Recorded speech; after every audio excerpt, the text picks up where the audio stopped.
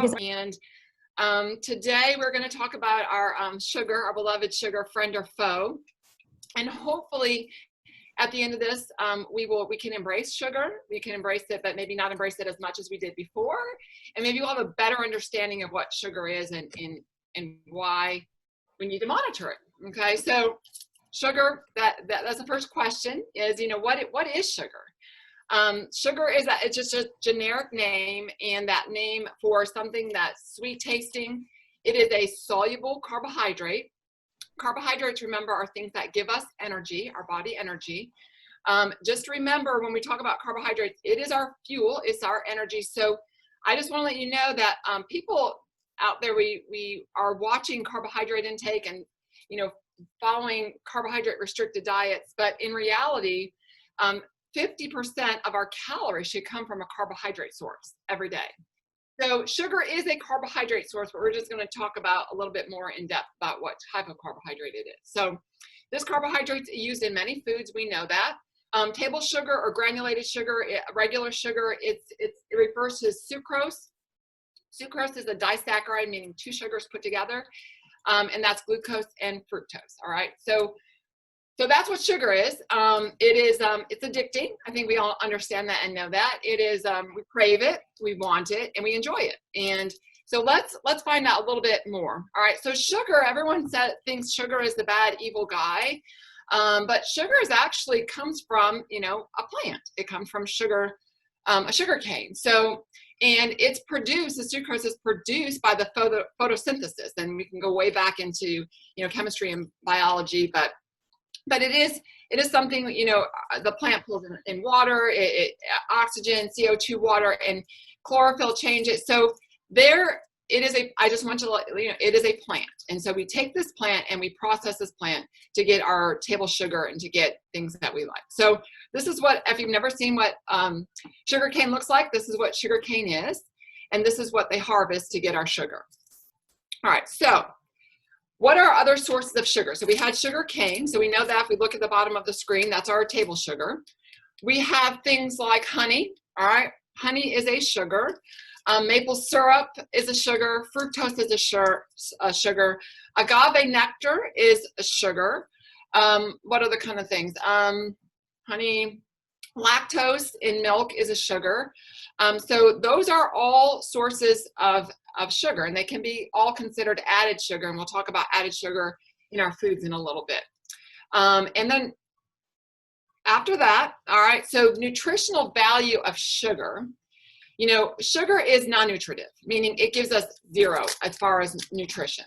It doesn't give us any vitamin A, vitamin C, vitamin D. It doesn't give us folic acid, any of our great phytonutrients that we need. Sugar is basically all calories. It's a simple carbohydrate, meaning it's just calories.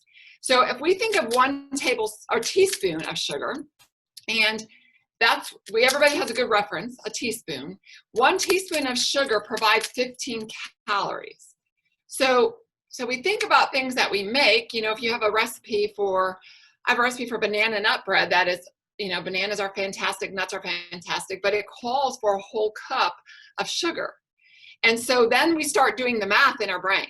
Okay, so there's 1 teaspoon has 15 calories. There's 3 teaspoons in a tablespoon. And then there's 8 tablespoons in a cup. So calorically, it's heavy. It's a heavy calorie. Now, sometimes it's something that's good. It's an easy way to get in calories. So when I have patients, even going through therapy and they're losing weight and they're struggling with that, I will say, let's add some sugar to the mix. Let's add some sugar, and because it is a concentrated form of calorie. Now, it provides only carbohydrates. There's no protein, there's no fat, there's no nothing. So this is part of our carbohydrate budget. I said 50% of our calories should come from carbohydrates. Now, it's how we choose that 50% that makes a difference in our health and our lives. So that's real sugar. So we know what sugar is and what we love. And then we have these things that are artificial sweeteners or sugar substitutes, for lack of better terms. Sugar substitutes were created years and years ago, and the reason they were created is for our diabetic population, because a sugar substitute has 0 calories, 0 carbohydrates. It has 0 effect on our blood glucose. All right, so that's the sugar substitute alone. But what people tend to neglect is that these things are all considered safe. They are considered safe. All the ones on this screen right here are chemically made, but they are considered safe, and we'll hit on that. But we forget that we can put these items that have 0 calories, 0 carbohydrates in something that is flooded with calories and flooded with things that we don't really need.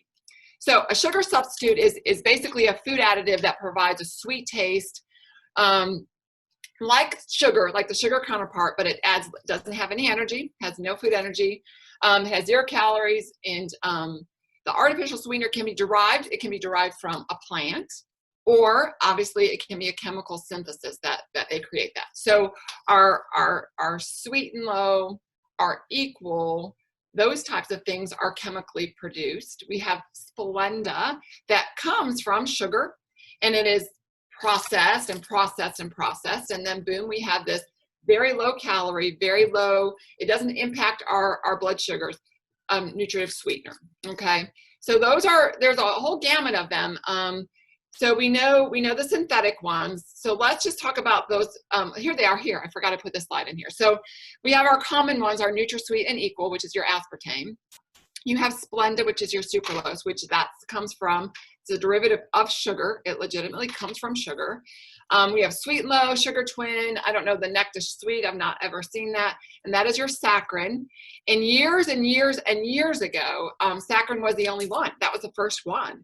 And it was actually for a while taken off the market because it was not considered safe and considered, causing tumors in rats and so on and so forth. So they pulled it for a little bit, and then they studied and researched, and they brought it back on because it is it's considered safe. So that's back on there. Then we have the Sweet One and the Sunnet, and that's your I have a hard time saying that word, Acetylene K. And then we have this no named one that's out there, and that is more in the diabetic world. It's Neotame. I don't really work a lot with that. I don't have a lot of people that work that. I've not seen it in a lot of products. So those are the top contenders as far as pretty much your synthetics, except Splenda comes from a little bit from the real thing. So we have other things. So we have plant-based sugars, and that's the big, huge market out there right now. And we have stevia. Stevia comes from a plant. Has anyone, I can't see, raise your hand, but if you've seen it, it's more of like an herb. It's green and it's flowery, kind of like an herb. And in stevia, the whole plant itself is really not considered safe. We don't want you to eat the whole plant, but the byproduct of it, which is I have to say this, the Reb-A, Rebicide, and that is actually what they make this sweetener out of, and that is considered to be safe. So that comes from this beautiful plant. Now, monk fruit is something that comes from a melon. It looks like a melon. It's not a pretty melon at all, not like a cantaloupe or watermelon, but it's a melon regardless. It's hard to grow, it's hard to harvest, it doesn't have a long shelf life. So monk fruit it's a good one, but it's a tough one. So let's just talk about stevia. So stevia, the great thing about that is about 200 to 300 times sweeter than what sugar is. And so we don't need a lot of stevia. It is the commercial stevia sweetened. It's a compound of the stevia plant, and it comes from this Asaryl family. And sometimes this herb or this plant, there are structures in that some people can't tolerate, and we'll hit on those. So the FDA has approved it as being, we call GRAS, which I've said it, and that's generally recognized as safe. So this is one that, has been very popular. It does have 0 calories. It has 0 fat, again, 0 carbs, so it doesn't impact those that have blood sugar issues if it's strictly by itself. Some of those derivatives of, like with a stevia, they will actually have other sweeteners in it. So they might have agave, and they might have that turbinado sugar in it, just to counterbalance the flavor of the stevia, because down, if you look a little bit lower, stevia has a very licoricey flavor, and it has a kind of a bitter aftertaste. I've tasted the plant for like right out, picked out of harvested, and it does have more of a bitter, a very, to me, a pungent aftertaste, for lack of better terms. So with this plant, a lot of people can experience bloating, they can experience nausea, and they can experience a lot of gas with it. And that is just something with your GI tract does not like that form of a carbohydrate as far as in the plant. Okay, and a lot of people don't really realize it's highly refined. It's highly processed. It comes from, you look at the plant and they have to highly process it. So it's not superior if we're talking about processing, you know, because if we think about it, sugar cane is processed the same way. So the only difference right here is that sugar cane has calories and carbs, whereas stevia does not. So we're going to give you some guidelines in a minute. So the monk fruit is 150 to 200 times sweeter than your regular table sugar. It's that small, it's a green kind of gourd that resembles a melon. Again, no calories, no carbohydrates, zero fat. It doesn't affect your blood sugars. Again, it is also recognized as safe. There's no evidence, since this is this new one out there, there's no evidence that says that there's any kind of negative side effect. So not to say that it doesn't, but there's nothing that's been reported. So, you know, does it give you gas? Does it give you bloating? We're not sure yet. There's been no reports of that. But the interesting thing, the very interesting thing about monk fruit is that there was a study, and there's a PubMed article, it's from 2013, the study was, and there's mogroside that is in that monk fruit, all right? And this has been shown to reduce oxidative stress. So that in itself is huge. That's a great thing. We don't want oxidative stress in our body, because oxidative stress can lead to disease, different diseases. It can lead to different cancers, heart disease, renal disease. So this has the potential. Okay, it's unclear how it works and how it comes into play, but it does have great potential. All right. So with that being said, I don't want everybody jumping on monk fruit and saying, like, if a little is good, a lot is better, and this is going to help. That is not the case. We don't have a complete huge study on it. We have the one study that has shown to have the health benefits. So if we're looking at all of these, you know, I get the question like, what should I have? What should I do? What's the best sweetener? We're going to go back to just looking at all of them. You know, again, the difference between all of them is again, sugar has those non-nutritive calories, and we're going to touch on that. We're going to touch on why we should monitor the sugar and what can happen if we don't. So if we're looking at I usually say it's a matter of preference. You know, I get people that are like, I use stevia, but I hate it. I don't like it. And so my is like, well, I would rather have a little bit of the real thing than a lot of something that just doesn't do it for me. So I'm going to give you some guidelines here in a minute. Okay. So here's the big question I get all the time. And I get a lot of people that say, I don't eat sugar because sugar feeds cancer. And I wish I see in the audience, I would have you all raise your hand and say, you know, have you heard this? I've heard sugar just feeds the tumor, and it's bad, and it's ugly, and it's mean. Okay. So here's my answer. It's no, absolutely not. No, no, no, no, no. There's no research. There's no evidence-based research that says sugar causes or sugar makes tumor or causes cancer or causes tumors to grow any larger. That's an actual false statement. So what I want you to think of though with sugar, what did I say sugar was? Sugar is a carbohydrate. Carbohydrates get broken down into our energy. All right. Our cells, every cell in our body requires energy to thrive. We need 50% of our calories coming from these carbohydrates. So I tell people to think of a cancer cell. We all know that they're bullies, and I call them the bullies in the chow line, basically. And so a cancer cell, he comes and he takes all what he wants first and then leaves the scrap for other cells. That's how I like to think of it. Is that true how it happens? Not really, but kind of. I mean, it does. So if we can think of that, sugar or any kind of carbohydrate, our bodies require them. Cancer cells need them, but our body requires them. So if I get somebody that is following a very low carbohydrate diet, thinking that they're starving their cancer, starving that tumor, we have to remember that you're starving the rest of your cells and starving your body from energy. So you might feel in the beginning like, oh, I feel this is great and this is euphoric.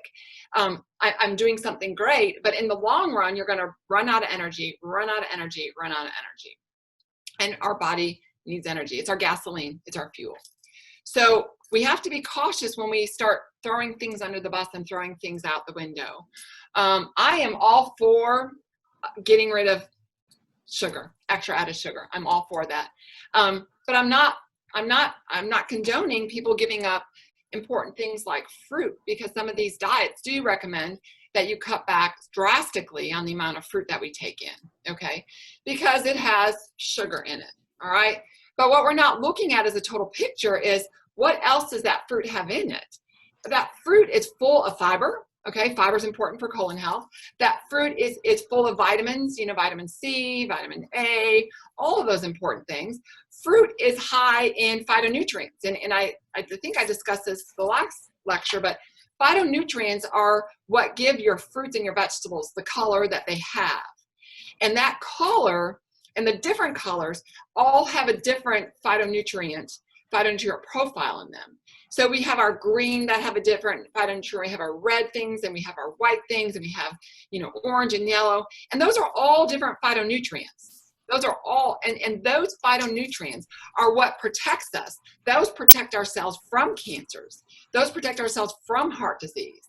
So we can look at something, and so I always ask, like, you know, we know an orange is known for vitamin C, and we know a banana is known for potassium. But I ask people, like, what's an apple? What do you get out of an apple? And people are like, nothing. Or watermelon, that's my favorite one. Watermelon is only water. That's all it is. But watermelon is huge with lycopene. Beautiful red, beautiful purple. So we need to eat that watermelon. We need to embrace it because, well, we need hydration, but that's a phytonutrient that we need. But I always get, well, it's so high in sugar. Well, yeah, it has fructose in it. Fructose is important. But I mean, in the lycopene, the fiber, everything that we pull from that. So we need to embrace those fruits and vegetables rather than kick them to the curb just because they have sugar or they have carbohydrates in them. All right. Sorry, real quick, didn't mean to interrupt. One of the participants, Stevie, raised her hand. So I didn't know if you had a question before we wanted to move on. Okay, yes. Go ahead. Go ahead, Stevie. I was actually just raising my hand to agree that I have heard about cancer being fed by sugar. And when I was going through my chemo and everything, everyone was telling me to stay away from sugar because sugar was feeding the cancer. So that's surprising to hear that that is not the case. Well, you know, if really, I mean, what I just said, basically, I mean, it does, but it feeds all cells, just not the cancer cells. So if we think about it that way, it is a legitimate statement. That's truth to that. It feeds cancer, but it feeds every cell in our body. So, but it does not exacerbate or make your tumors grow or make things worse. You know, sugar, I don't want everyone to go, okay, I'm going to go eat chocolate cake for lunch and chocolate milk for supper. I mean, and that's not what but I want everyone to not stress out if it's your birthday and you're like, I can't eat that cake because it will cause my cancer to come back. Like, no. All right. I'm going to give you guidelines. Thank you so much. You're so welcome. Go eat that cake, but I'm going to tell you how to count it, okay? So just hold on. We're all right. It's more so for the fruits. I appreciate that because now, you know, we do hear the same thing about the fruits, and you're encouraging us that sugar helps us, which is good for sugar. Yeah. So, you know, like I said, we need 50% of our calories coming from carbohydrates. Now, sugar is one. Now, you can have two kinds of diets. You can have one that's all sugar and still get 50% of your calories from carbohydrates. That's a legit. Or you can be more mindful and you can get 50% of your carbs from whole grains, from fruits, and from vegetables. Now we're talking better health. We're talking way better health that way. So we should never eliminate fruit or vegetables because they have carbs, because they have sugar. Carbs should be our friend and not our foe. Maybe that should have been the name of the lecture. Maybe that's down the line. So, all right. So I love the American Institute for Cancer Research. That's my go-to. I love that website. And this is I took a direct quote from their website, and this is the overall body of evidence suggests that sugar linked to cancer is an indirect one, not a direct one.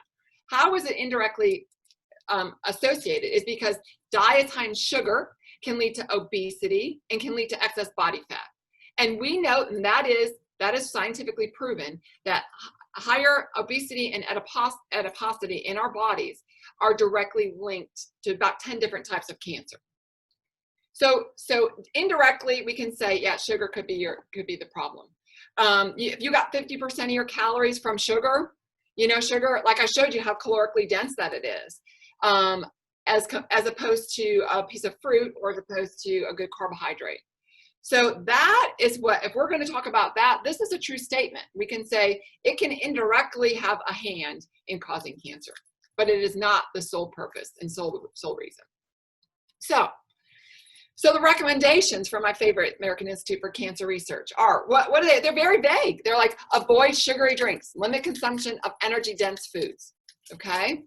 Drink foods and drink that are high in refined carbohydrates, added sugars, and fats contribute to obesity, which is a major risk factor for cancer. Plain and simple, boom, that's done. All right, so we've got that. That's fantastic. So, okay, so what does it mean to cut out or limit? Like, when people say, oh, you should eat in moderation, and I used to be one of those diets, like, eat in moderation. Well, what does that mean? Like, it's confusing because what I eat, as opposed to what you eat, and when you tell me to monitor my intake of it, I already might be eating a small amount of it, or I might be eating, like monitor your wine consumption. All right. Well, if you drink 2 bottles of wine a day, you might think 1 bottle is monitoring, or if you have 2 glasses, then 1 is. So let's sort of define with sugar what we're talking about as far as the guidelines. Okay. So limiting added sugar, the guidelines are for females, 6 teaspoons per day of added sugar. So if we did the math from earlier, 6 teaspoons is really 2 tablespoons of added sugar. And that might sound like a crazy amount of sugar, but we're going to discover that there's sugar hidden in a lot of things. Now, this is, I'm going to clarify, if you look at the top of the screen, added sugar, not sugar that is there naturally. So this does not include, if you calculate how many grams of sugar is in an apple or an orange or banana or a luscious watermelon. That's so good right now. So we are just talking about added sugar. Added sugar is something added to enhance sweetness or flavor of a food product. That's what we're talking about. So our males in the group, you get 9 teaspoons, and then our females they get 6. Good. So our new labels, we talked about this the last time, but this is so important and it's so epic and it makes me so excited, is that our label, if we look on the new label, down there that's circled in red, it shows us how many grams of added sugar is in a food product, all right? So I'm gonna break this down for you a little bit. You have carbohydrates. Underneath that category, the subtitle is your dietary fiber, and we all know what fiber is. Fiber is that bulk, fiber is the roughage, and that is a carbohydrate. Then we have total sugars. On this label, total sugars mean every form of sugar that's in there. So it can be lactose from milk, it can be fructose from fruit, and it can be table sugar, it can be honey, it can be molasses, it can be agave, it can be whatever. So all the sugars clump together, they're all clumped together, that's total sugar. Underneath that subcategory is going to show you how much added sugar. That is what we pay attention to. That is the bad guy, that's the culprit of things that we don't like. So we have right here in this food product, we have 12 grams of sugar, and 10 of those are added. So that means to tell me maybe there's a little bit of milk in here, or maybe there might be a little bit of fruit that the other 2 grams of sugar are coming from. But that 10 gram, that's where we're going to pay attention to. That's what we have to pay attention to. And you're going to look on food labels. I want you to look at every single food label, not just on your Twinkies or brownies or ding dongs, but on every single label, because you're going to find it hidden in places that you would have never thought it was before. So the label is all written in grams. I told you teaspoons. So I'm going to show you, I'm going to help you to convert those numbers to help you not exceed your 6 teaspoons. So you convert in your grams. That is listed on the label. So divide the number of grams listed on the label by the number 4. So in the example, you had 10 grams of sugar. You divide that by 4, and that equals 2.5 teaspoons. That's huge. That's half of a budget for a female, almost half of a budget. Now, if that's your piece of cake, okay, budget it in. If that's something like tomato soup, because wait till you look at tomato soup labels on some of those labels. You think to yourself, is it worth that? No. In my mind, I'd be like, I would rather save all my sugar. You don't have to meet that budget, by the way, but I'd rather save it and have a little piece of cake or have my Twinkie, you know, however you want to do it. So that's how I look at things. So if you're pulling up 3 different food items and they're like, say, oh, tomato soup, and this one has 0 grams of added sugar, and this one has this, and this one has, well, that should be a no-brainer. Like, let's pop that one like up. Let's pop that up that it has 0 added sugar, because you can save those. You know, sugar is one, you know, I give the allowance. That's your budget. It's just like your paycheck. You don't have to go spend it all. Really, you don't. You know, sometimes that happens. You don't have to spend it all. So if you have 0 added sugar in a day, you're better off than trying to meet that budget. So you don't have to, at the end of the day. I'll take myself off you. Bye. Bye. How about you? I hear somebody. Car clean. I've got haircut and just Uh-oh, someone's got a haircut. There we go. Okay. All right. So at the end of the day, if you know, it's almost like those that did Weight Watchers when the points and stuff, and like, oh, I have 20 points left, I got to go eat something. Or, you know, sugar, if you have, you know, 4 grams left to add of sugar, we don't have to meet that in the day. We don't have to do that. Okay. All right. So Lisa, sorry. Go back. To interrupt you, just a few questions in the Go, chat go, go, box I wanted to bring to your attention. Are you able to see the chat box, or do you want me to read it off to you? If you read it, that'd be fine, because I don't want to lose. Yes. Okay. So someone asked about alcohol intake, which I think you touched upon, but I didn't know if you want to say anything further about that. Okay. All right. So if we're talking about alcohol intake, as far as with, I'm going to assume, as far as recommendations or guidelines for that, according to the American Institute for Cancer Research and Cancer Prevention, they recommend females to have no more than 1 drink per day, and males are allowed to have 2 drinks per day. And that is, that breaks down to about 5 ounces of wine, 1 beer, or 1 ounce of spirits. That's 1. And if we're talking about alcohol and sugar, you know, the high sugar, you know, it's carbohydrates. It's not really high in sugar, though. It's made from grapes. If we're talking about wine, I mean, I always think about wine. It's not as bad as far as if we're talking about just sugar. The alcohol itself that comes in it, that is another story. So we just need to monitor that. For all of my survivors out there, you know, I always tell them, you talk to your oncologist about that. There's different guidelines, and they have different rulings on it. So I don't want to trump what they're telling you, but the guidelines are of such that you're allowed to have 1. Now, if we're talking about a margarita, we all know that's way over the budget of sugar and everything else. So that's, if we're talking mixed drinks, then we have to watch. Those are and added sugars, and those are everything else. I hope that answers the question. If not, clarify it for me, please. Awesome, thank you. Just 2 more before we move on. Okay. One participant asked about Crystal Light, and the other asked about when we will start seeing the new food labels out in stores. Okay, so Crystal Light, I believe in Crystal Light, if the question is, it safe? I can't remember what sweetener is in Crystal Light. I want to say is it sucralose? I don't know if it's NutraSweet or Sweet and Low. I'm not sure. Those are considered safe.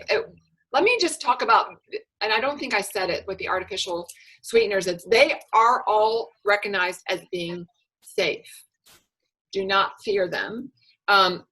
You would have to consume a case and a half of Diet Coke a day to see any ill repercussions from the artificial sweetener.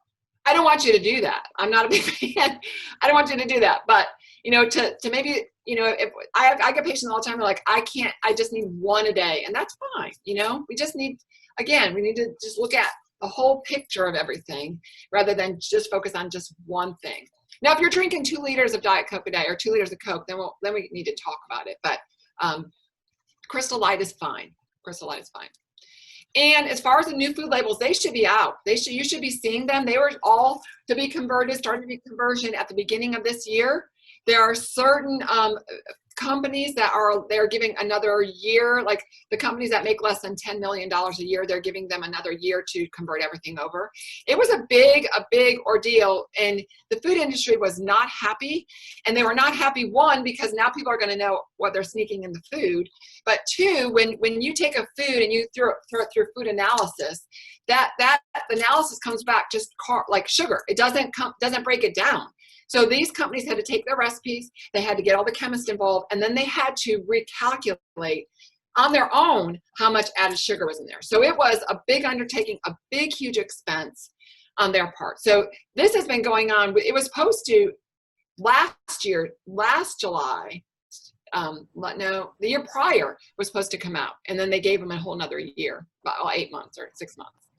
So they should be out there. You should see them. I'll flip back. So how you know that it's the new label is, first off, you'll see that calories. You'll see the calories super large, and you'll see the serving sizes bold. So, and the thing about the serving sizes, if you're one that would memorize serving sizes, so like, say I know like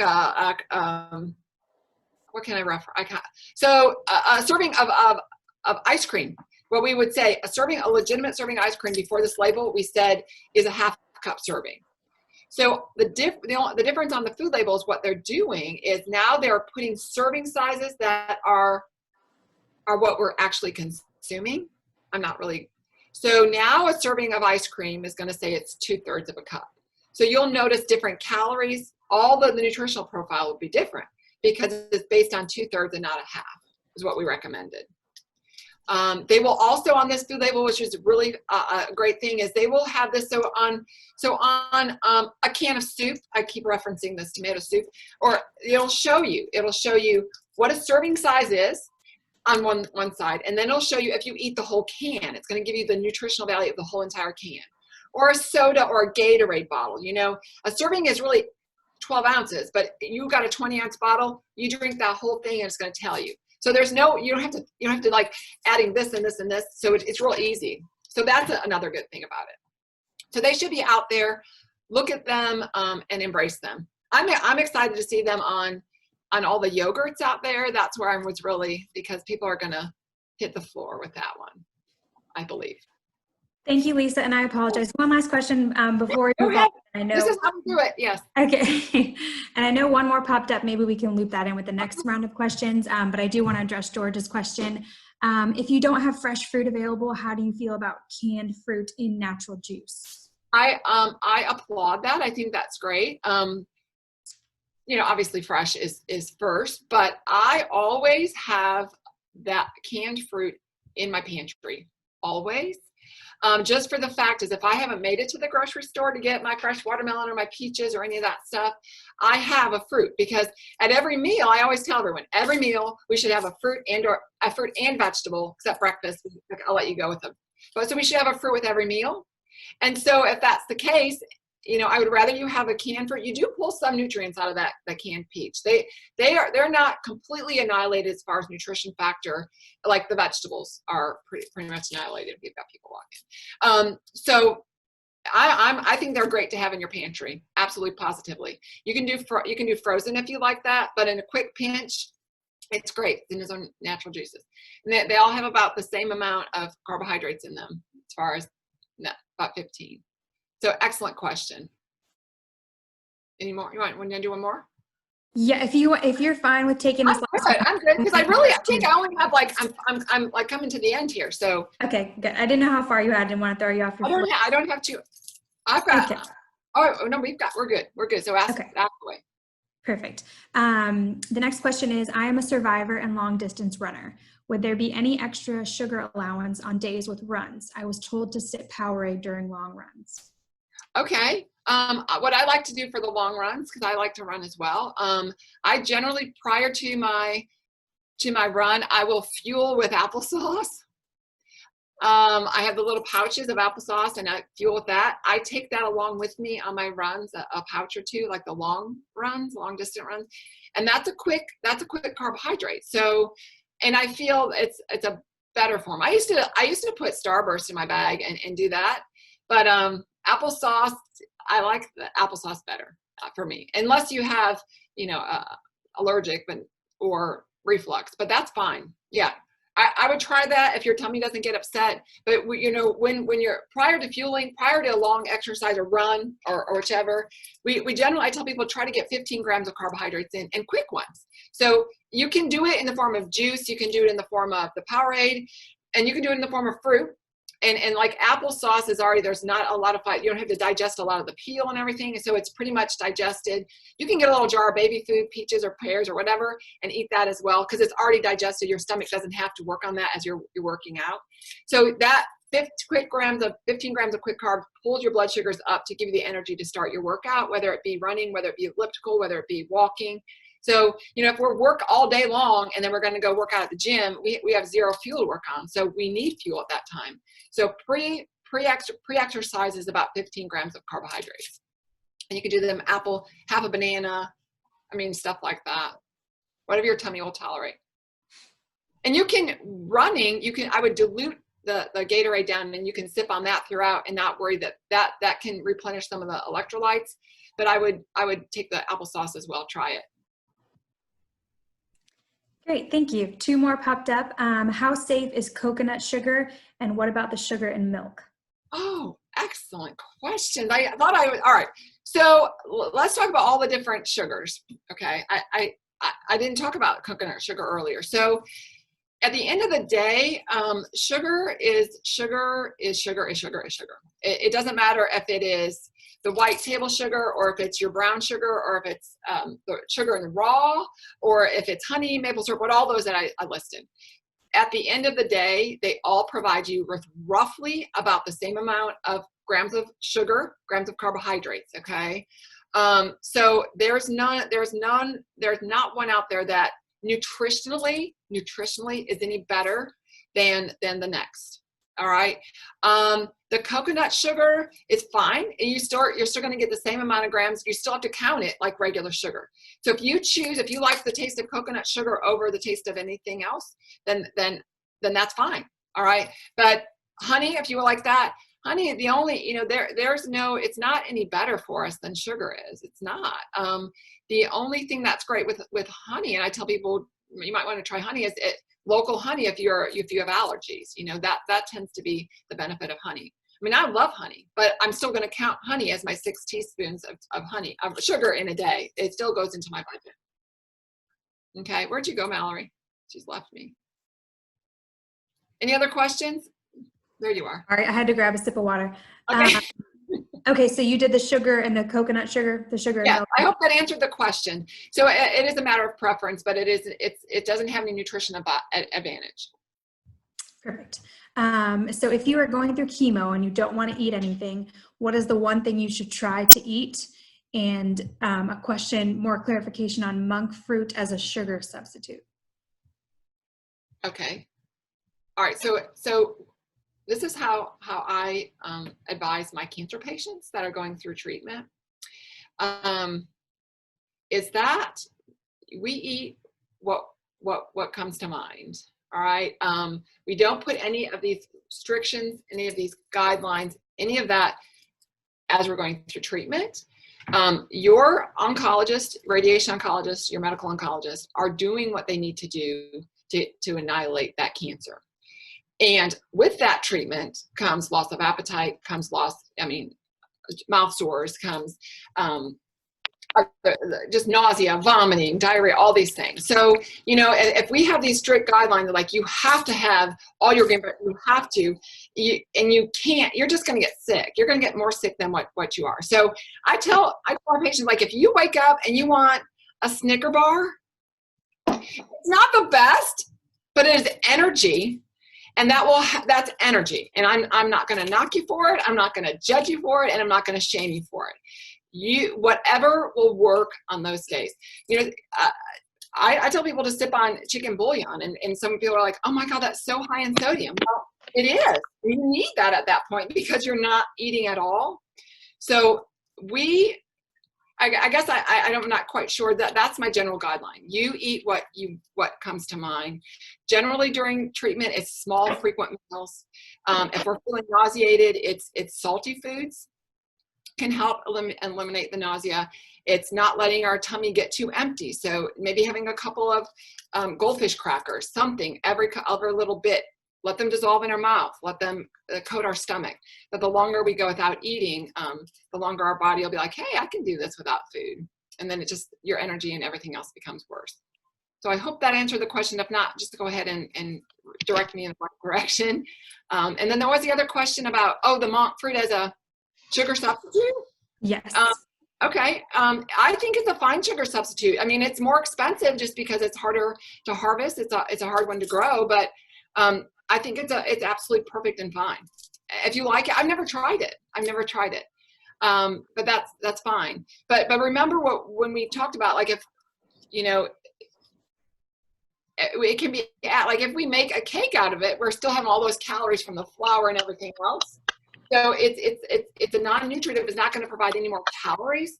Is it better for you? I mean, there's studies out there that does show that does have some potential. But I don't want everybody to go overboard with it. Okay, just a little. All right. Okay, question about a participant asked that during her cancer fight, she was told to stop taking sugar because it shuts down her immune system. So she would try a roasted sweet potato to satisfy her sweet tooth. Okay. And then after her cancer journey or cancer fight, she was told to be moderate with her sugar intake. Okay. During the treatment, it doesn't shut down your immunity. Sugar is inflammatory at the end of the day. I mean, it has non-nutritive, it's inflammatory. So that's why I'm like, we should monitor it. We absolutely should. Everybody should, not just cancer patients or survivorship. So I am of the philosophy, I never during that treatment tell people not to have anything. Now, if I have a patient that says, okay, so what'd you eat today? You know, I take a 24-hour recall. Well, at breakfast, I had a milkshake. At lunch, I had Twinkies and Ding Dongs. I don't know why I'm picking that today, but Twinkies and Ding Dongs. And then at supper, I ate a Snicker bar. Then I would intervene. Okay. But if my patient says, okay, at breakfast, you know, I was a little nauseated. So I had a scrambled egg. I had a dry piece of toast. Lunch, I had some chicken noodle soup. And then at supper, I was able to eat, you know, a small little piece of roast beef. And, you know, I had a little sweet tooth. So I ate an Oreo cookie. It's okay. That's okay. All right. We go through, I mean, those that are going through treatment, we know that you have your good days and you have your bad days. And when we have our good days, be good, be good. Fruits and vegetables and whole grains, be as good as you can.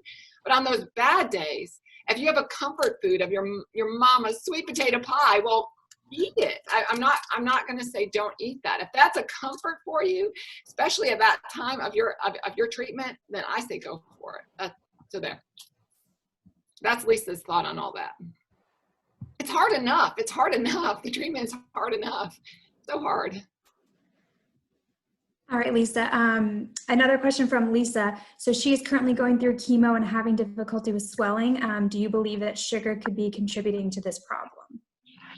It depends on how the swelling. I mean, if it's swelling as far as being more edematous, or if it's more of a arthritis type of, that's two different things. Those are two different things. So your swelling could be a lack of protein intake. If your albumin is low, you can have edematous from that. But as far as with sugar contributing to swelling, no. Sodium can contribute to the swelling. So we would watch sodium intake. You know, I might look at your protein intake to make sure you're getting enough protein, or ask the doctor to run, you know, labs on you. And they do all the time. So they would have an albumin. A pre-albumin is a better indicator of overall health. We don't really look at albumin as much, but it's a start. So sugar would not have anything to do with that kind of swelling. Sugar can contribute to arthritis pain. It really can. Like if we have if we're arthritic, or our hips are arthritic, or our knees, it can contribute to that. Absolutely, because it is inflammatory. Excellent question. All right, so excuse me, 6 teaspoons of sugar per day. Does this include all of your sugars, including sugar from fruit as well? So just some clarification on that. Okay, no, it does not include sugar from fruit. Anything that is added. So if you have plain straight up oatmeal and you add a teaspoon of honey, that's 1 teaspoon gone. If you have oatmeal and you add a cup of blueberries, we don't count that. We don't count that. We just count what's added. So in the forms of all those that we talked about, honey and molasses, you know, sweet, what am I saying? So brown sugar, all that kind of stuff. All right, so no sugar that comes from a fruit, no sugar that comes from milk or dairy is counted in that total added sugar. Good question. Okay. Stevie, did you raise your hand again for a question? Yes, ma'am. Okay, I thought that you did. My question is, I've completed my chemo. I've been cancer free by God's grace for almost a year now. Excellent. And now God is good all the time. Now I'm doing intermittent fasting. Okay. So do you have any advice for people that are intermittent fasting, how they could benefit from it? Any suggestions? Well, in intermittent fasting, you have to make sure that it's the same as if you're not, you know, it's how you eat the food in that hour, in those windows of opportunity. I've got 10 hours to eat. So, you know, I eat all my fruits and my vegetables, my whole grains. I keep saying that. If we can do a good balance in between there, you know, then that's fine. For some, you know, the intermittent fasting, I always get nervous when we go long periods of time without nutrition. Just for the fact is our body fuel, we need fuel every 5 hours. So your tank gets empty at the 5th hour. Everything that you ate, it was digested, all the carbs are used, the protein is stored, we were doing all that. And then we have nothing to work on. And so I get nervous. I tell people to pay attention to what their body is doing. Pay close attention to that. If you're feeling lethargic, or, you know, if we're having any, you know, like the keto diet, you know, that's it can be a very dangerous diet, because we fight for people not to be in ketosis. You know, God gave us proteins, carbs, and fat. And he had our bodies fine-tuned to, we need this amount of carbohydrates, we need this amount of protein, we need this amount of fat.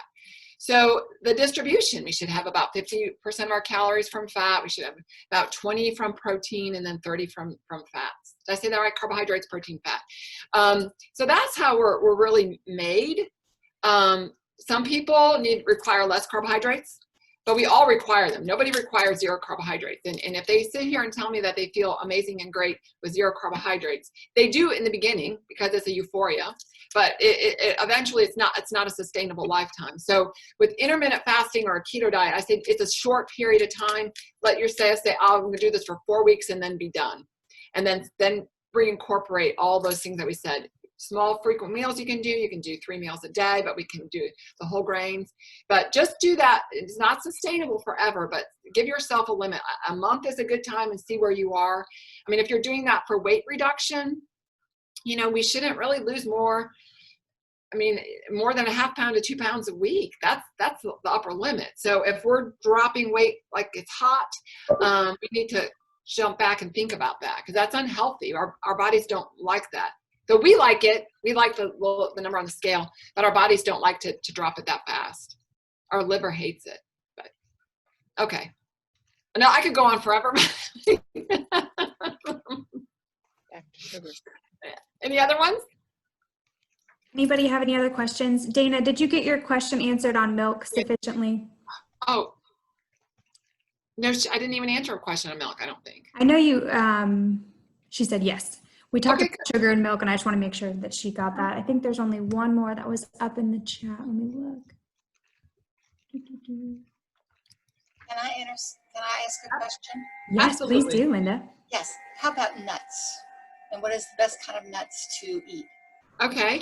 To enjoy Nuts, the best kind, I mean, the nuts will not contribute, unless they're honey roasted, they don't contribute to your sugar, which is great. Nuts, all of the nuts are beneficial. I usually recommend to do unsalted, obviously, just for the sodium reason. But the ones that are the highest, the two heavy hitters are your walnuts, because you know they give you omega-3s, and we need those. Those are essential. Almonds are great, high in niacin, but all of them give us great monounsaturated fats. They might give you a little bit of saturated fat, but they are huge in monounsaturated, and that's the thing that keeps us healthy. That decreases inflammation in our body. So all nuts are good. They're great. They're great to munch on. You know, I tell people the only thing, they have a lot of calories. You know, so if we're watching our calorie intake, we need to count them, and we need to account for them in our calorie budget. So good question. Great, I love thanks. nuts. Oh, I have. Just one.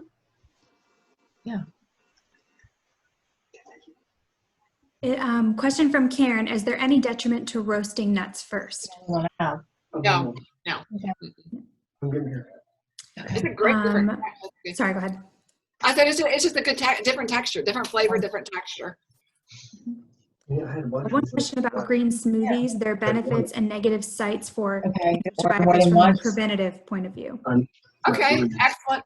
Okay. So smoothies, I can hear somebody.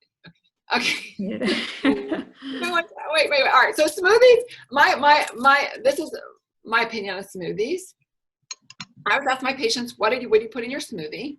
And so a green smoothie can have, I mean, I don't make it, so they can have spinach, it can have, you know, all right. So I had a patient, I put 3 carrots in there. I put an apple, I put a banana, I put 2 big large cups of spinach, I put a cup of kale, and throw it all in. It's gorgeous stuff.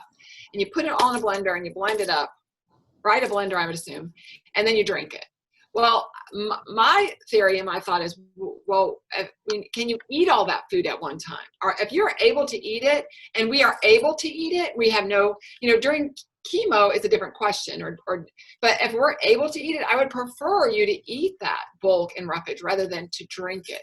Smoothies can be very, very high in calories if we're not careful. So we just have to account for everything that's in them. You know, I did have a client, and she was doing these beautiful smoothies, but it was 700 calories in a day. 700. So, you know, we can make them, we just have to back off. I would prefer, you know, prefer really eating the whole fruit and whole vegetable. But if we're going to do them, it should have a little protein mix in it, and it should not have, you know, 14 of everything. It should just be very simple, if that helps. A good protein. Unsweetened, just a protein powder. Because it's all carbohydrates. I mean, that's a concentrated, and when you take something and pulverize it, the fiber starts to break down too, and so it's best. Now, if we're talking that we have mouth sores, or we have head and neck cancer, or we have gastroparesis, then that's a different story for you. Okay, one more popped up. Did you say that we need 20% protein, 50% carbs, and 30% fats every day? Roughly. So the range of carbohydrates it's from 45 all the way up. They can go up to 65. You know, if we get these runners, they need a lot more carbs because they're burning, or these marathon trainers, or these cyclists, they eat a bunch of carbohydrates because that's your fuel. Think about it, that's your fuel, and that's that's powering you to go. So, but on average, generally you start at 50% carbs. So if we look at our plate, if we think about looking at a plate and we dissect it, you know, 50%, we cut that plate in half. 50% of this should be our carbohydrate sources. So it could be, I put my fruit in there. It could be, I put my sweet potato in there. It could be, I put my quinoa on that side. I could put black beans on that side. That's all those carbs. And we have Then we have that 20%, we have some protein in there. And then we have that little bit, we can do healthy fat, and we should have healthy fat. We should have fat. You know, we can do an avocado, you can do olive oil, you can saute all those vegetables in olive oil. Those fats will help our body utilize our fat soluble vitamins, our A, D, E, and K. And those are things that keep us healthy.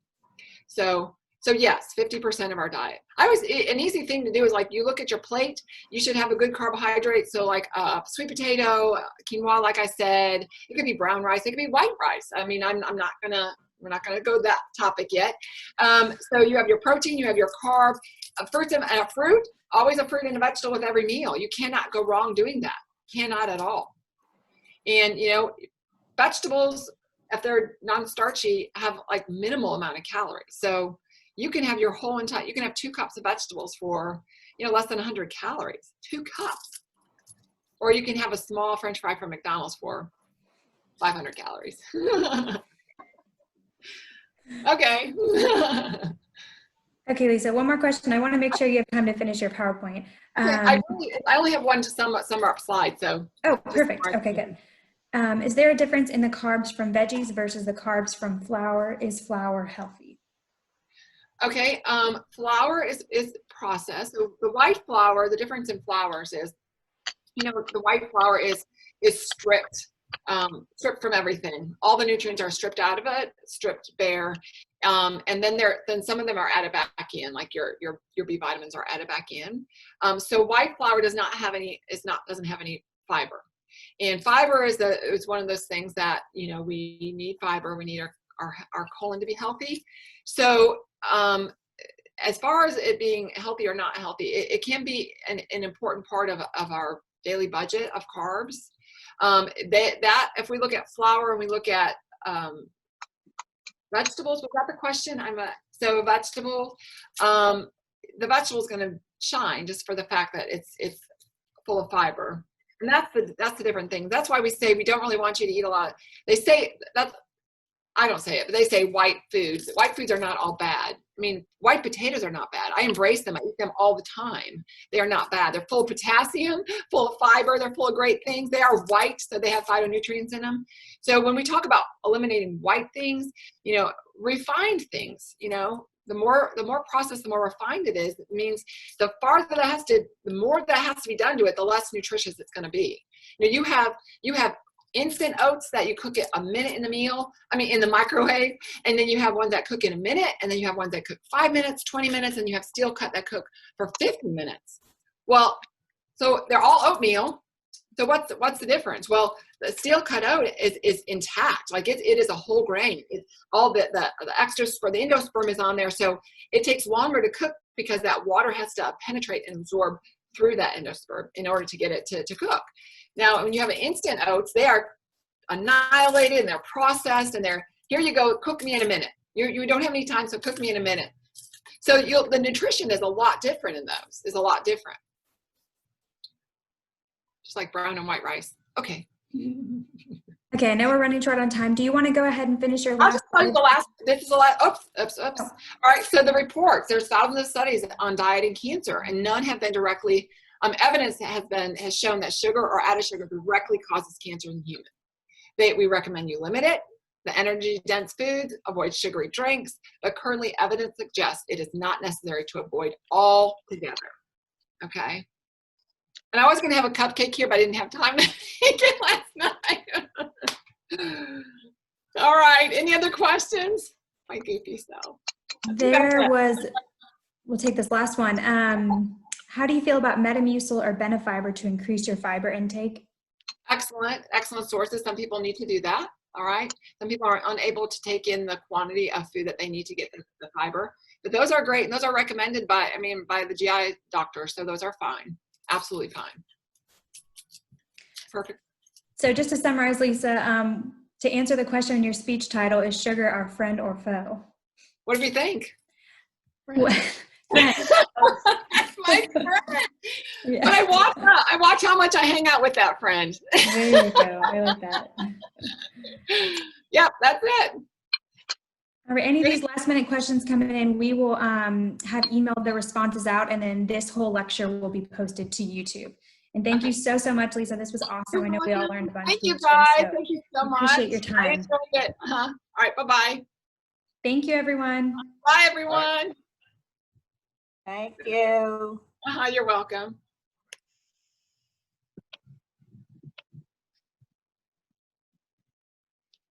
Bye, everyone.